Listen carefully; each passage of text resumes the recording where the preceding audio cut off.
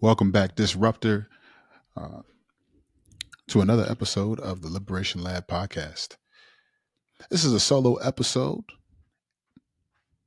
and we are talking about ways to center healing. How can we heal? First, let me just pause and thank Dr. Yolanda Seeley Ruiz for her contributions last week. I hope that if you have not already done so, you're going back and checking out that episode. It was profound. I walked away thinking about ways that I need to improve and ways that I need to reflect. And so I invite you to do the same. We're continuing to center healing and humanity here in season 2. And I thought a lot about, on the heels of that conversation with Dr. Ruiz, we talked about how we must do the work of, to borrow from Dr. Beverly Daniel Tatum, when you're at the walkway on the airport, you must turn around and you must walk in a speed that is greater than the walkway is moving. The default mode of our schools is set to move towards harm. It's set to move against healing. And so, how are we going to do that? We must turn in the opposite direction. We must walk in a faster pace. But how do we do that? At the time of this recording, we are, at the time of this recording, there is a TikTok video that has gone viral. There is a black male teacher in this video. I'll link it in the description. And he is talking about how behind students are, how they are grade levels behind. He said he teaches 7th grade and most of them are on a 4th grade level or below. And he's like, are we going to talk about it or are we not going to talk about it? In the video, he proceeds to then say, how come families, parents aren't aware at how behind our students are? That started a whirlwind of a conversation because now we have, on that same app, we have teachers and we have administrators and we have parents and then we have community members who are all weighing in on this topic. And what we've done essentially is now continued with this blame game approach that we have in education. You know what I mean? The teachers point the finger at the families and the students. The teachers point the finger at the administrators. The administrators point the finger at the students, or excuse me, the administrators point the finger at the teachers and the central office. And then parents are pointing the fingers back at the teachers and central office and administrators, and everybody's pointing the finger somewhere else. And the problem with this is, who's left experiencing all of the effects of our collective blame game is the students. We must accept collective responsibility for where things are. Does that mean that every single person did every single thing wrong? No, but because of the nature of schooling and education, we all have a part to play in making it right. Responsibility doesn't necessarily mean you did something wrong, but it does mean that you play a part in making it right. Which brings me to today's topic, because what we're seeking to do is to talk about how we can repair harm. And when I say that word harm, I must be clear. I'm using a restorative justice, a restorative practice lens. It's part of the work that I do in schools through my work with Liberation Lab. And when I go into a school and when they're seeking to build restorative practices, one of the first things that I must do is find out, where are the mindsets currently in that school? Because much like everything else in education, when you say it a few times, it becomes a fad word, and then people begin to truncate the meaning.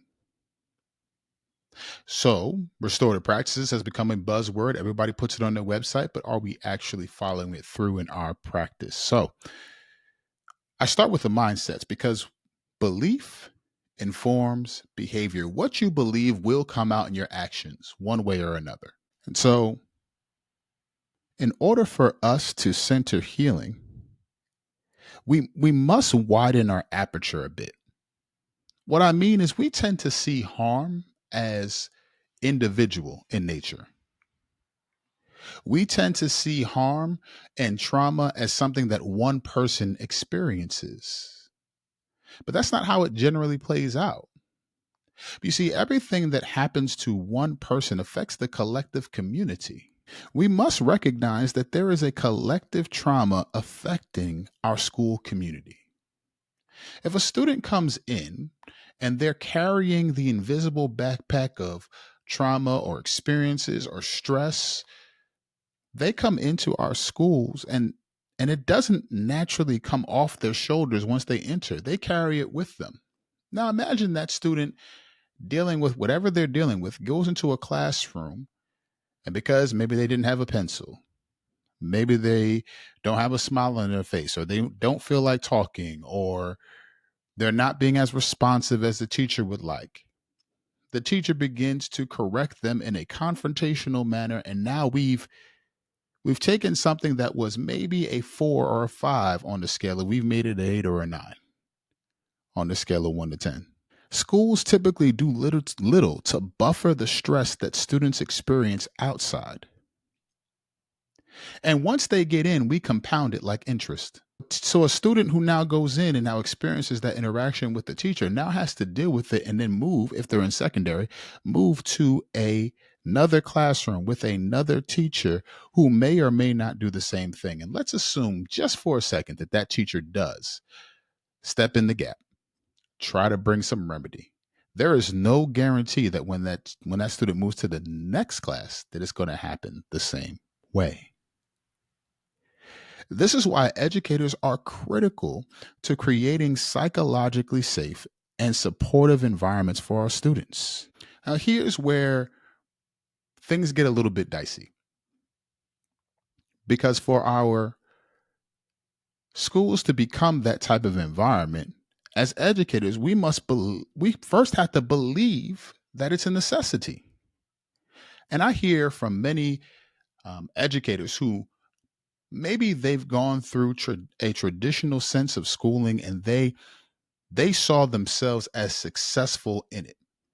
And then what happens is they expect the students who are in front of them now to achieve the same level of success because they did it. And we say this with our language. I got mine. I got my degree. I did the work.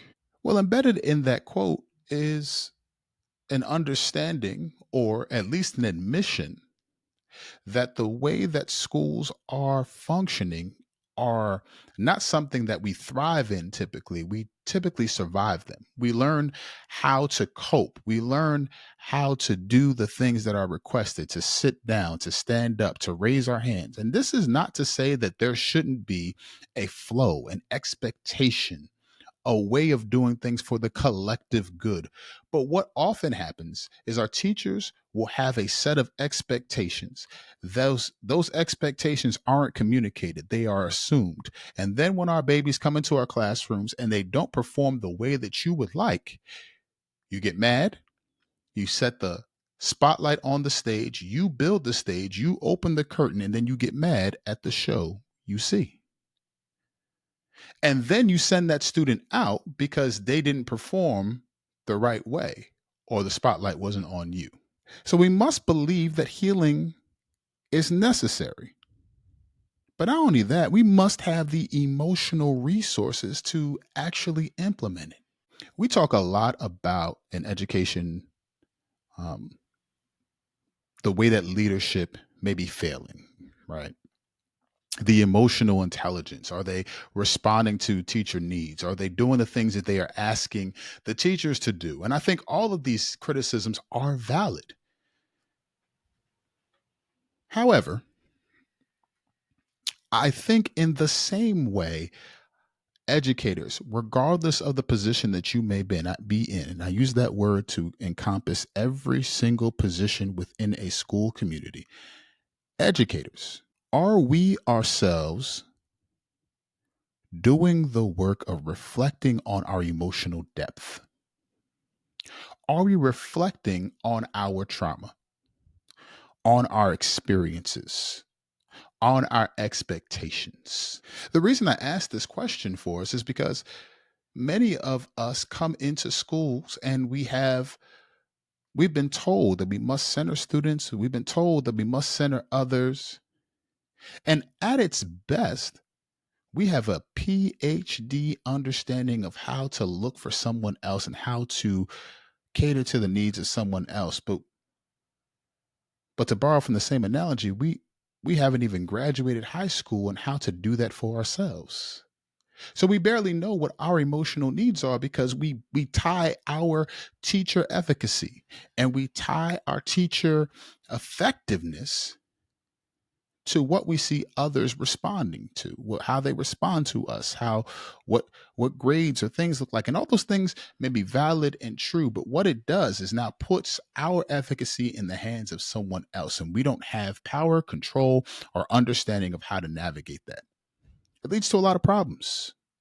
The second way that I see it come up is that there are a lot of teachers who fail to do the emotional labor and work in understanding who they are, understanding their triggers, and they wield power like a gavel.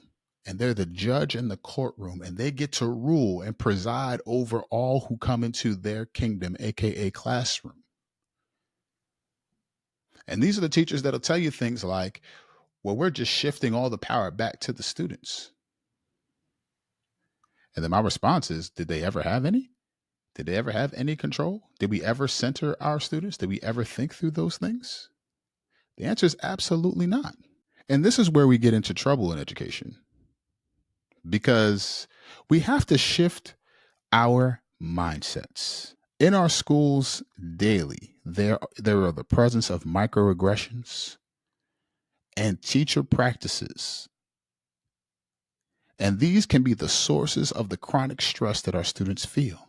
Our lack of cultural humility and a lack of cultural proficiency leads to snap judgments that we make about people different than us, a world that is growing more black and brown. And because we have these predetermined or biased understandings of things, it comes out in our practice. True story. I was recently in a training.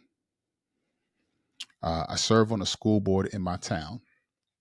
And I was recently in a training where there was a gentleman presenting on how to make better, safer, and more inclusive schools and things that school boards need to be thinking through. And he brought up unconscious bias. And immediately, like clockwork, like I expected it to happen, there were folks in the comment section of this Zoom training and saying things like, well, if it's unconscious, how do I know I have it? I really, really struggle, y'all, with this notion because at this point we have enough information out there for us to not choose ignorance. Unconscious bias doesn't mean that you don't know it exists. In that sense, it's unconscious because it is the default mode setting. But more information, more folks speaking into and creating frameworks and pressing for liberation, those pointing to the problem and saying this exists. If we have humility enough to even consider that what other folks are saying who have been harmed may just be true, if we just take it in and consider it, then maybe it's not something that is our default mode. I use this analogy often since I heard it on TikTok. There was a creator who was talking about how if we are going to be the kind of people that excuse ourselves by saying things like, well, not all men, not all white people, not all, in this conversation, teachers. He says, well, look at the analogy of gun safety. When anybody does a gun safety training, they are taught to look at every weapon as though it is loaded. When you approach a gun, assume it is loaded. Why? Because mishandling that gun can lead to harm for yourself or someone around you. So you assume it has the potential for harm before you even assess whether or not it does. What if we took that same stance with ourselves? What if we assumed that we have the potential for harm in any interaction we have with someone else, so that when we approach someone else, when we approach our classmates, when we approach those who may be different than ourselves, we assume that we have that potential, we reflect, and we think about how we should approach this interaction in a way that honors their humanity. This is where those shift of mindsets is needed. Because in our teaching practices and in those microaggressions, the existing biases based on race, home language, immigration status, income, socioeconomic status, and etc., all of those things live there. We have to do the work of evaluating ourselves, having those we trust evaluate our teaching practices, what happens in our classrooms, holding each other accountable. Too often we mistake love, um, love of our practice, love of our profession, love of others, just in general, the word love and the practice of love as something that excuses behavior. If we're really practicing love, then we put ourselves in a position to speak truth. Truth and love must go together. I can have compassion. I can have empathy. I can think through my words when I communicate that truth. But if I truly love you, I don't allow you to walk around continuing to perpetuate harm. I confront it because I love you. And if it's not the colleague or the supervisor that you love, certainly it must be the kids. So we must confront each other and confront our um, blind spots and the ways that we enact harm because we love the kids. And so the question is, how do we do that? What are some practical ways? How can we heal? I'm going to go through a couple of things that I think will be helpful. And first, we must reflect. What was your K to 12 experience like? What were you like as a student? Too often, when teachers have experienced levels of success or perceive success, they often make their perception the reality for everyone else. What I mean is, just because you experience levels of success in traditional schooling doesn't mean it has to or it should work for the students that we teach now. We love our products. We love, if you have a device, if you're listening to this on your iPhone, no one wants to go back to the first iPhone made. We love advancements. We love change when it suits us. But when it takes our effort to grow and change, when it takes our effort to go from, to borrow from the analogy, in iOS 1 to iOS 17, the operating software, when it takes us to download new information into our operating software to function better and to improve, then we are resistant to change all of a sudden. Then it's, I got mine, you better get yours. And so we must ask ourselves some questions. We must reflect, am I creating safe spaces? Are my students comfortable expressing their thoughts and ideas, not at that surface level, but deep levels of themselves without fear of judgment? Have I established clear guidelines for what respectful dialogue looks like? Are there class norms that we've co-created? Not that I've told them, but that we've made together. Am I practicing active listening? Do I actively listen to my students and give feedback? Do I give them my full attention? Or am I listening for the point that I want to hear so that I can navigate the conversation myself? Am I open to hearing about their feelings, their concerns, their experiences, even if they aren't directly related to the subject matter? Do I have space for them to do that so that we can still move and progress through our curriculum while honoring who they are? Do I encourage peer support? This is a big one. I was listening to Zaretta Hammond, author of Culturally Responsive Teaching and the Brain, must read for every educator. And she says, when a bee is confused, it goes back to the hive. And she uses that analogy to talk about how we must have collectivist principles.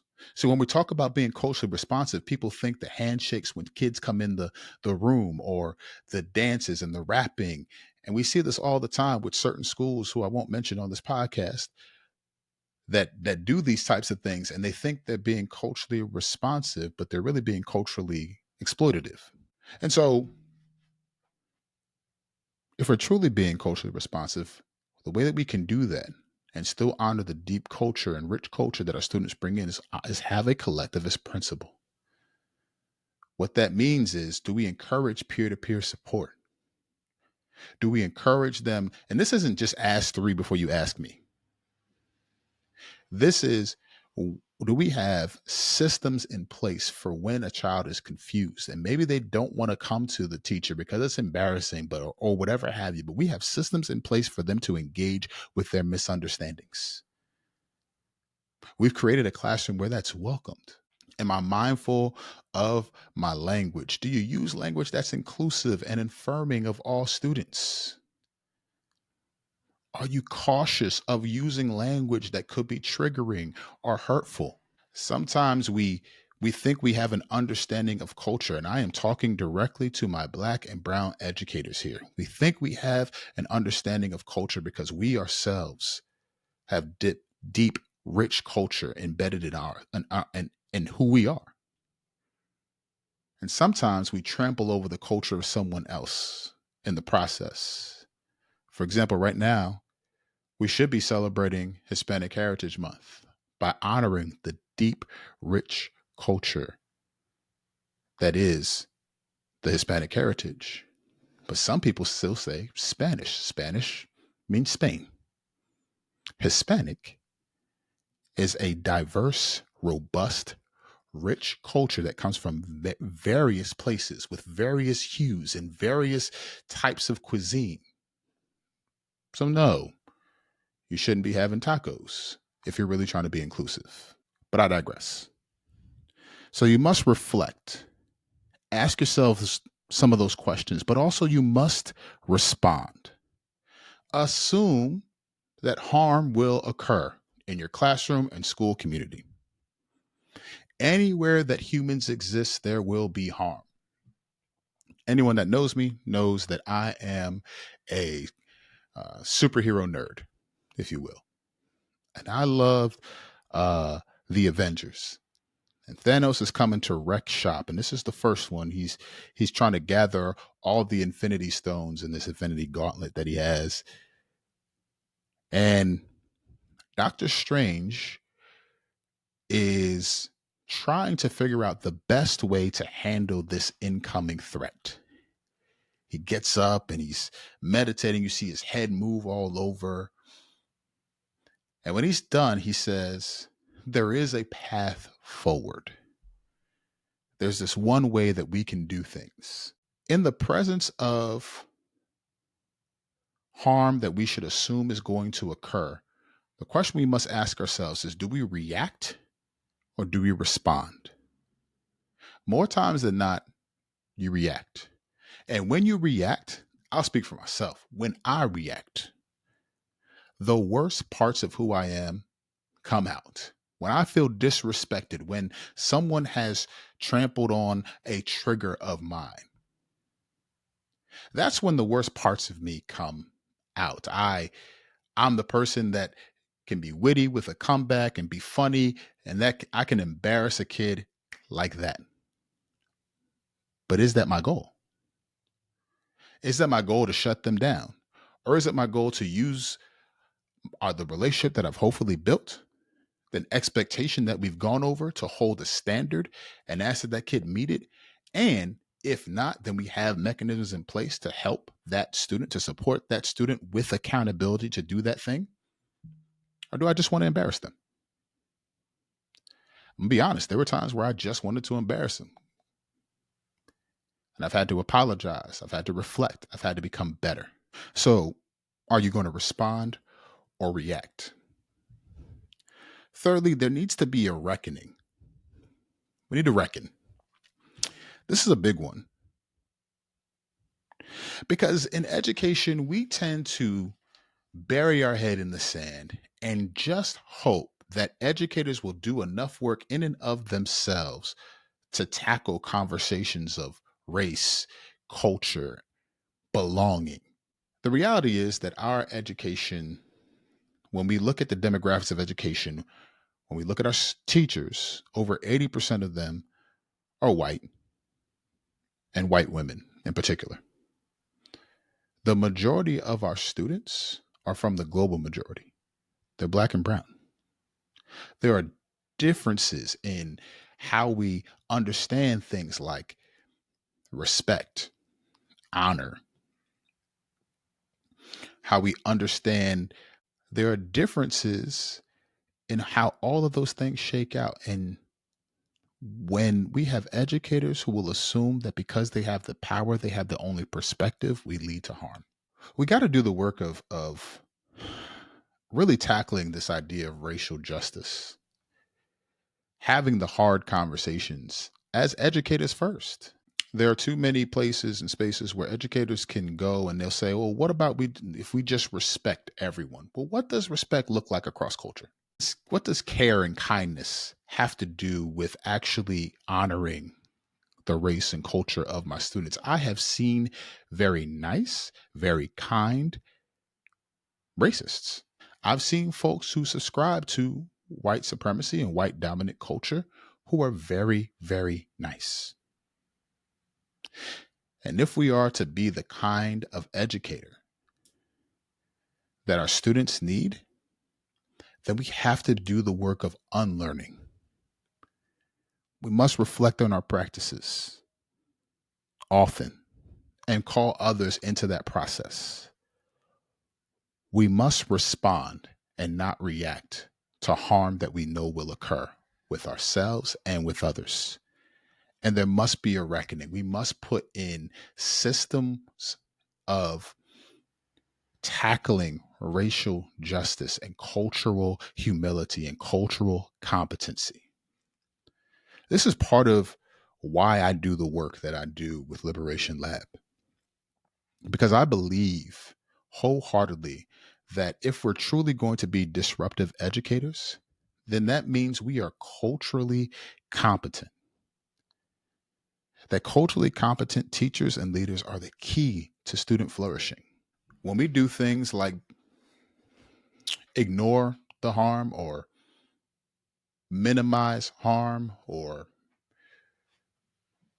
simply or when we put things into place that are ineffective, do we use all the data that we love in education to track how we're dealing with these issues? Are we truly refining our approach by using data, by using qualitative and quantitative methods to ensure that we're moving along the paths we have set for ourselves? You see, educator, if educators, let me do this again. You see, disruptor, if educators are critical to establishing those